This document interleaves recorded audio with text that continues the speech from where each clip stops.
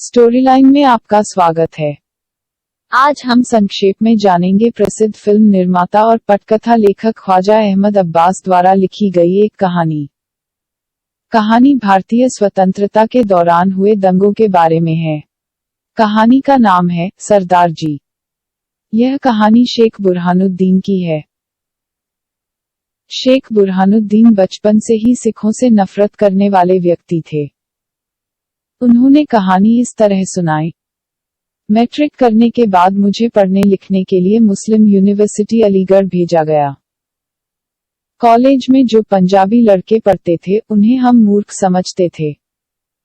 मैं तो हमेशा इन पंजाबियों से कतराता था, मगर वार्डन साहब एक पंजाबी को मेरे कमरे में जगह दे दी। उसका नाम गुलाम रसूल था। रावलपिंडी का रहने वाला था। गुलाम रसूल के अनुसार सिख तमाम बेवकूफ और बुद्धू होते हैं। 12 बजे तो उनकी बुद्धि बिल्कुल भ्रष्ट हो जाती है। गुलाम रसूल कहता, उनकी हेकड़ी एक दिन हम ऐसी निकालेंगे कि खालसा जी याद करेंगे। कॉलेज छोड़े कुछ साल गुजर गए। अलीगढ़ का हॉस्टल छोड़ नई दिल्ली में एक सरकारी क्वार्टर में रहना शुरू कर दिया। लंबे समय के बाद मुझे गुलाम रसूल का वह कहना याद आया जब एक सरदार साहब मेरे बराबर क्वार्टर में रहने को आए। यह रावलपिंडी से बदली कराकर आए थे, क्योंकि रावलपिंडी में गुलाम रसूल की भविष्यवाणी के अनुसार सरदारों की अकड़ अच्छी तरह निकाली गई थी। मुजाहिदों ने उनका सफाया कर दिया। उनकी दाढ़ियां मुंडवाकर उनको मुसलमान बनाया गया था। हालांकि मौत के मुंह से बचकर आए थे, मगर यह हजरत हर समय दांत निकाले हंसते रहते थे, जिससे साफ जाहिर होता था कि कितना बेवकूफ है। मुझे सबसे ज्यादा डर बच्चों की ओर से था। कब बच्चे के गले पर कृपाण चला दे। फिर यह तो रावलपिंडी से आए थे, बदला लेने की ताक में होंगे। मैंने बीवी को ताकीद कर दी कि बच्चे हरगिज सरदार जी के क्वार्टर की तरफ न जाने दिए जाएं। मेरे पाकिस्तान जाने में अभी चंद हफ्तों की देर थी, इसलिए मैंने अपने बड़े भाई के साथ अपने बीवी बच्चों को कराची भेज दिया और खुद खुदा पर भरोसा करके ठहरा रहा। 15 अगस्त को आज़ादी का जश्न मनाया गया, मगर मुझे इस आज़ादी में क्या दिलचस्पी थी। मैंने छुट्टी मनाई। शाम को जब मैं बाहर निकला और सरदार जी ने दांत निकालकर कहा, क्यों बाबूजी, तुमने आज कुछ खुशी नहीं मनाई? तो मेरे जी में आया कि उसकी दाढ़ी में आग लगा दूं। एक दिन सुबह को खबर आई कि दिल्ली में कत्ल-ए-आम शुरू हो गया। करोल बाग में मुसलमानों के सैकड़ों घर फूंक दिए गए। चांदनी चौक के मुसलमानों की दुकानें लूट ली गईं और हजारों का सफाया हो गया। मैं दफ्तर की ओर चला, क्योंकि उस दिन मुझे प्रोविडेंट फंड का हिसाब करना था और इसीलिए दरअसल मैंने पाकिस्तान जाने में देर की थी। अभी गोल मार्केट के पास पहुंचा ही था कि दफ्तर का एक हिंदू बाबू मिला। उसने कहा, यह क्या कर रहे हो?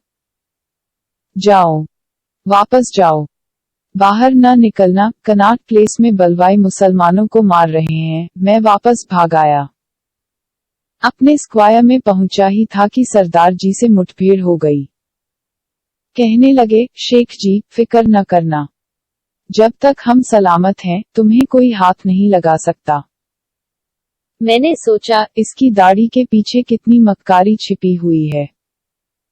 दिल में तो खुश हो रहा होगा कि चलो अच्छा हुआ, मुसलमानों का सफाया हो रहा है। मैं मारा भी जाऊं तो 10-20 को मारकर मरूं। मैं सीधा अपने क्वार्टर में गया, जहां मेरे पलंग के नीचे मेरी दोनाली बंदूक रखी थी, पर वहां मुझे बंदूक नहीं मिली।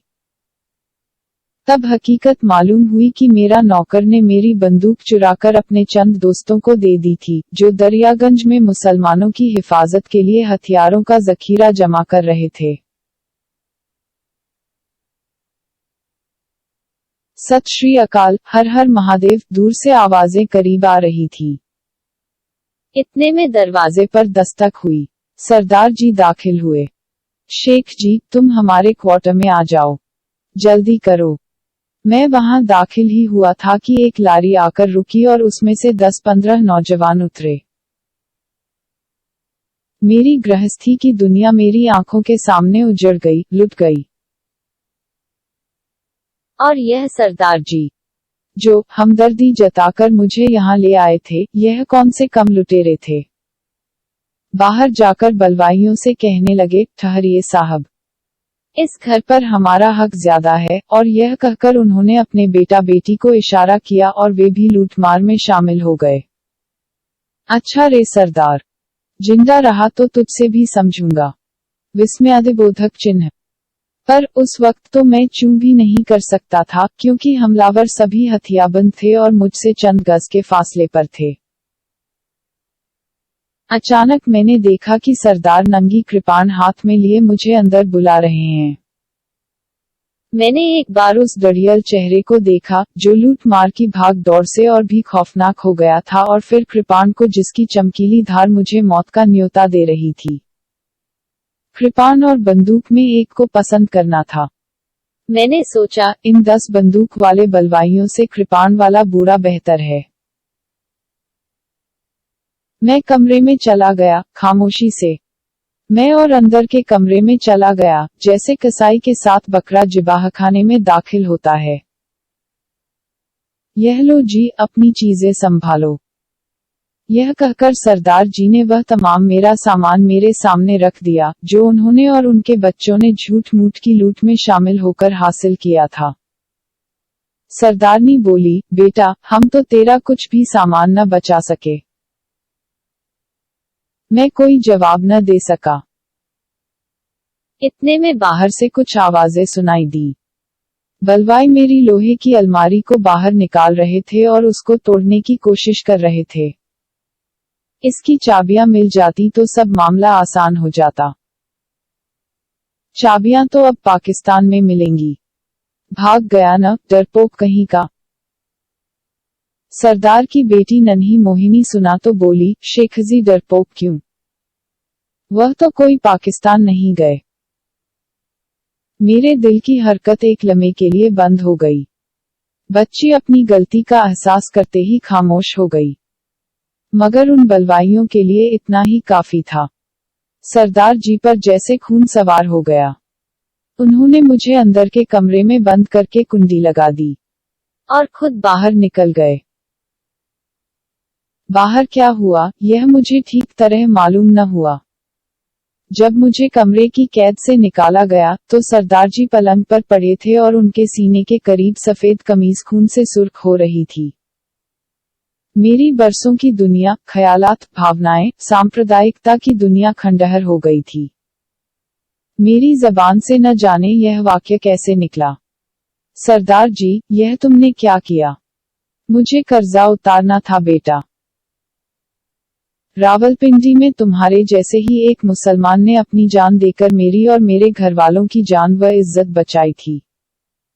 क्या नाम था उसका, सरदार जी? गुलाम रसूल। मेरे कानों में गुलाम रसूल की आवाज दूर से आई। मैं कहता न था कि 12 बजे इन सिखों की अक्ल गायब हो जाती है और वे कोई न कोई हिमाकत कर बैठते हैं।